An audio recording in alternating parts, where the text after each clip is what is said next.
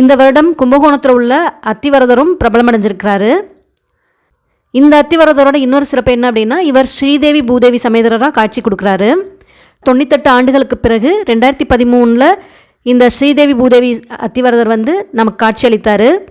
அதற்கப்புறமா இப்போ 12 ஆண்டுகள் கழித்து இந்த 2026 வருடத்தில் கும்பகோணத்தில் அத்திவரதர் இப்போ காட்சி கொடுக்குறாரு.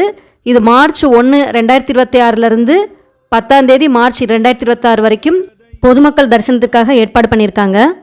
இந்த கும்பகோணம் அத்திவரதர் உள்ளூர் மக்களால் பிரம்மன் கோவில் என்று அழைக்கப்படக்கூடிய வேதநாராயண சுவாமி கோவிலில் வீற்றிருக்கிறாரு.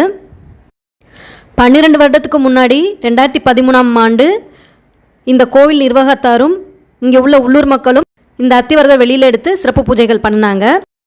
இப்போ சமூக வலைதளங்கள்னால நமக்கு இந்த கும்பகோணம் அத்திவரர் இப்போ வெளியில் பிரபலம் அடைஞ்சிருக்கிறாரு. மற்ற தகவல்கள் எல்லாம் அந்த கோவிலை சேர்ந்த கமிட்டி மெம்பர் ஒருத்தர் நமக்கு டைரெக்டாகவே வீடியோ அனுப்பியிருந்தாங்க. அந்த வீடியோ உங்களுக்காக நான் இங்கே ஷேர் பண்ணுறேன். எப்படி காஞ்சிபுரத்திலே அத்திவரதர் திகழ்கிறாரோ அதே போல இங்கும் அத்திவரதர் இருக்கிறார். இந்த கோவிலிலே 98 ஆண்டுகளுக்கு பிறகு 2013 ஆண்டு இங்கு அத்திவரதை ஏல செய்து சேவை செய்தார். அதன் பிறகு 12 ஆண்டுகள் கழித்து தற்பொழுது 1/3/2026 முதல் 10/3/2026 வரை ஸ்ரீ அத்திவரதர் சேவை செய்ய உள்ளார். சௌராஷ்டிரா சமூகத்திற்கு சொந்தமான கும்பகோணத்திலே ஸ்ரீ பிரம்மன் கோவில் திகழ்கிறது.